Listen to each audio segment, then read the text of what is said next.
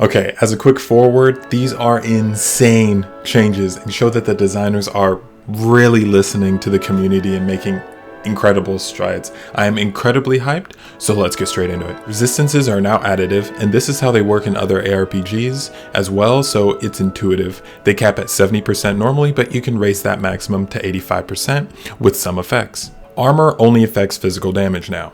Vulnerable and crit damage keep their base multiplicative effects of 20 and 50% respectively, but any additional sources of vulnerable damage or crit damage will have an additive effect instead of multiplicative. Uniques are looking mighty sexy now with a passover happening to most of them and new ones being added into the game. All summons across all classes now can only take up to 30% of their max life in one hit as a baseline. Shields have armor. Scroll of Escape and Elixir drop chances have been lowered. Monsters at level 100 can drop up to eye level 925. This is the first level that they can drop that level.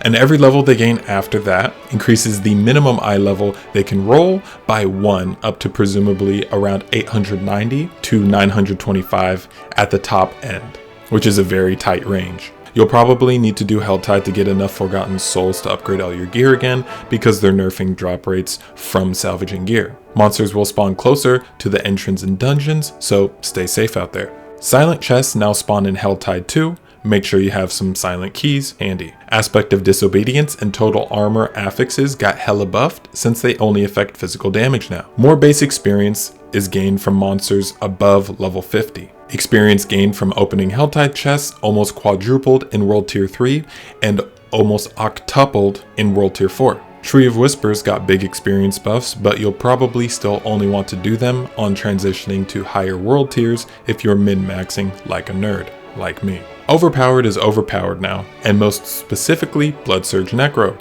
Go watch my video on that if you want to feel like a god. They've added more affixes before fixing the currently existing affix list, so gear chasing is going to take even longer now.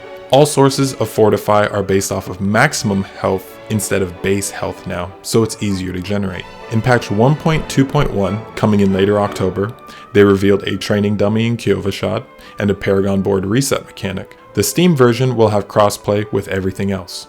That's it for the most important changes that affect everybody. For more specific changes to each class, I highly recommend you go read the patch notes yourself because it's just a great fucking time, to be honest. Just these patch notes though are a very rare Blizzard W. Let's hope there aren't an insane amount of bugs though. Fingers crossed. Popping up now should be a couple other videos that you might find helpful or relevant. TUI, stay safe out there.